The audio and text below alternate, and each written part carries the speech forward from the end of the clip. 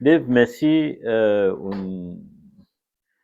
D'accord pour causer un petit peu ça qui ou ben findings ou ben affaires qui ont trouvé et qui ont médiatisé quelques semaines de cela. La question de data breach, peut-être pour le grand public, vous pouvez expliquer-nous brièvement c'est quoi data breach? Ça veut Euh, dire ça. Merci Shafik.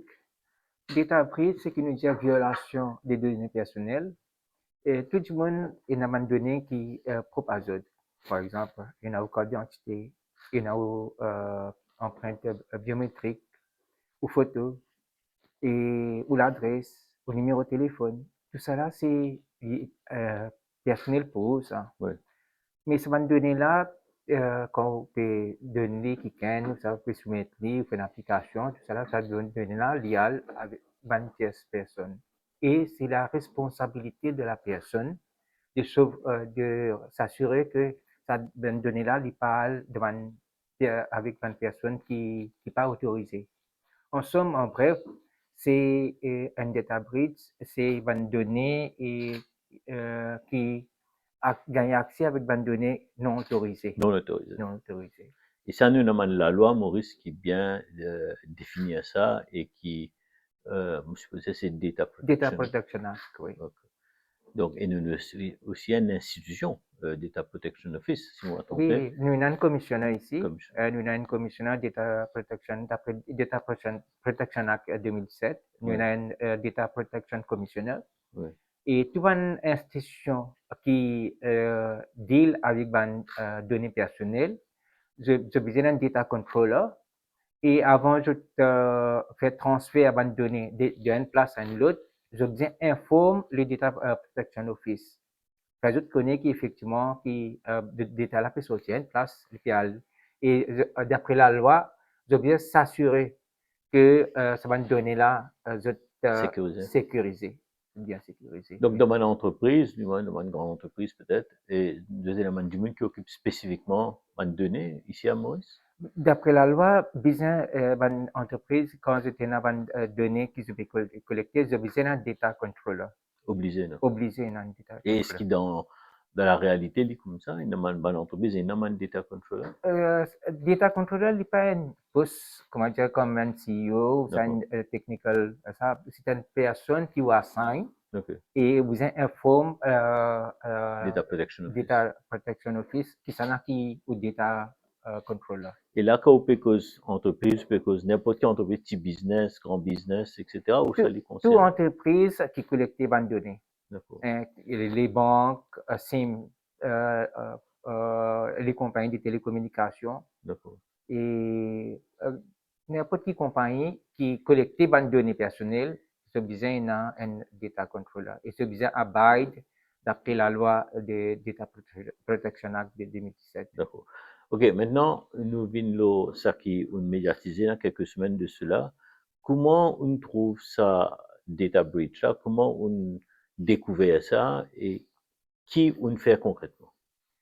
Et au début de septembre, lié à l'Internet, il y a un chercheur international appelé Bob Diachenko. Lui, il a découvert une donnée de Mauriciens, l'Internet, sans mot de passe, sans password, sans sécuriser, et un serveur qui se trouve en Slovénie. En Slovénie, pas Estonie. Et non, c'est en Estonie. En Estonie. En Estonie. Oui. Et ce qu'il fait, parce qu'en tant que chercheur, il alerte, il posté, il alerte le public à travers l'Internet et en même temps, il contacté sa société qui fait host, que données là trouvé. Il dit, ben voilà, il y a une donnée qui peut balader et bien sécurisé. bien sécurisé. Et sa société-là, il reconnaît qu'effectivement, il y a une faille depuis mars jusqu'à... ça, il est arrivé en août, hein, en août qu'il a contacté ça. Depuis mars jusqu'à août, bonne donnée là pas sécurisée. Il reconnaît ça. Il reconnaît. Alors, quand il analyse bonne donnée là, il trouve bonne donnée pour un Mauricien. Et il trouve une donnée particulièrement de Mauritius Telecom. Parce que ces données-là, ils contenaient nom, numéro de téléphone, quand SIM card est enregistré, et c'est une donnée qui est entrée avec le mobile. Hein, quand SIM card est enregistré, et données spécifiques à Mauritius Telecom. Les données personnelles, la carte d'identité nationale, l'adresse, et le email adresse, et la carte NID. Mais comment ça l'entreprise en Estonie ou sa serveur-là, il gagne sa données de Mauritius Telecom? Mais c'est ça qui vient faire une enquête. Oui.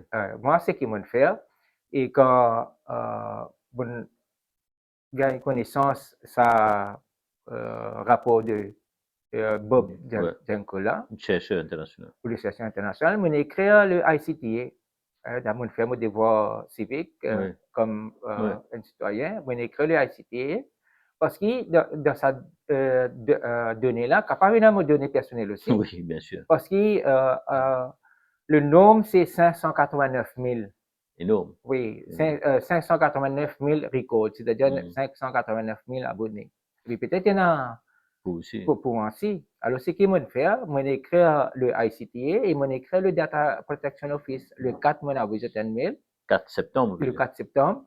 Et le 9 septembre, le Data Protection Office, il écrit moi, il répond. Il dit qu'effectivement, fait les gagne un sample data. Et ce qu'ils vont faire, ils vont contacter le rechercheur et ils gagnent sample data, ils vont envoyer ça le Data Protection Office. Okay. En même temps, ce qu'ils vont faire, parce qu'ils vont utiliser un conscientisme, bien sûr. D'après section 36 de la Data Protection Act, quand il y a un breach, et quand il y a un breach, une personne obligée d'être informée. C'est-à-dire les personnes concernées. Les personnes concernées, les personnes qui détaillent une breach. Alors, ça, ce qu'ils vont faire, mon avis, premièrement, s'assurer que le détail est genuine. Oui. Et mon prendre un sample de cinquantaine de personnes, mon téléphone à random, au hasard, mon confirme code d'identité nationale, mon confirmer l'adresse, mon confirmer quand je registre votre SIM, quand je registre votre SIM, et mon confirmer et si une entreprise parce qu'il y a un tag le donné là, il y a un tag pour un SME, un tag pour VIP, etc. Alors comme on finit confirme tout, là qui on fait une post et le ça post ça on mentionné qui recherche qui moi on fait le ça donné là. D'accord. Oui. Et là on remet ça à Data Protection Office. On remet ça à Data Protection Office, Data Protection Office in semaine moi on allait une réunion et mon gagne quand on fait pareil comme la police ça quand on fait une complainte maintenant on besoin faire un OBI, besoin ouvrir un OBI. Mais pour Data Protection Office pareil, alors je peux faire toute l'enquête et ça veut dire on fait une déposition comme on appelait dans le langage. Oui, en bonne et due forme. Oui. Donc là, il y a une enquête qui est en cours. Là, il y a une enquête en cours. Même le ICTA aussi répond moi, il dit moi, je acknowledge ça et je peux travailler là. D'accord. Ça vient nous donner de nouveaux données, sans jeu de mots, dans ce dossier-là. Non. Mais moi, ce qui tracasse moi plus, parce qu'à ce jour, je n'ai pas pu trouver sa section 36 de la Data Protection Act là sur place. Sa section 36, ça qui dit exactement? La section 36 il dit que quand il y a un data breach, et une personne qui concerne, je disais est au courant. C'est-à-dire, si mon data est breach, et ben, l'autorité besoin informer qui voilà, mon data une breach dans ce sens-là. Yeah. Et toujours là, le cas qui va nous donner, il est accessible, il est en vadrouille, comment dire, ou ça vient de sécuriser depuis? Non, après, l'insécurisé parce que ça mail qui, le chercheur, Oui, international. oui, international, il a envoyé, dans ce mail, il décrit effectivement que il trouve ça, Hmm, le lien, ok, hein, que le lien, les données sont accessibles. Et maintenant, quand vous cliquez sur ce lien-là, il demande un mot de un passe. mot de passe. Oui, il demande Donc, un passe. Maintenant, ok, je ne sécurisé. je ne sécurisé. Ça veut dire pendant, selon ça qui vous peut dire, ça veut dire de avril ou De mars mars à à août, août, il oui, n'est pas de sécurisé. c'est parti sécurisé. Sécurisé. Oui.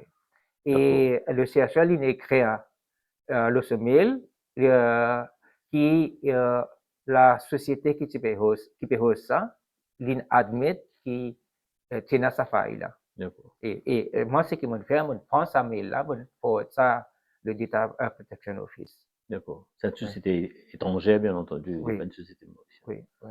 D'accord. Ok. Est-ce qu'il y en a, est-ce qu'il y en a les autres cas de data breach qui sont au courant concernant man données man mauricien ou ça, c'est la première fois qu'il y a comme Non, ça data breach? nous avons la loi bien solide. Hmm. Le Data Protection Act de 2017, c'est une loi bien solide, mais solidité en la loi dépend de son implémentation. Oui. Alors, nous avons une loi, mais nous pas connaît parce que le public n'est jamais informé.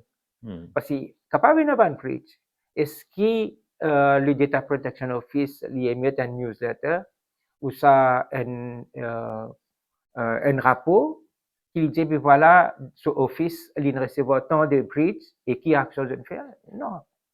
Aujourd'hui, dans ce pays-là, c'est qu'il nous dit la transparence et accountability nulle. Nous n'avons pas la loi, nous n'avons pas l'office, mais je besoin rassurer qu'effectivement, le public est informé de tout ce qui peut passer dans ce pays-là. D'accord. Ouais.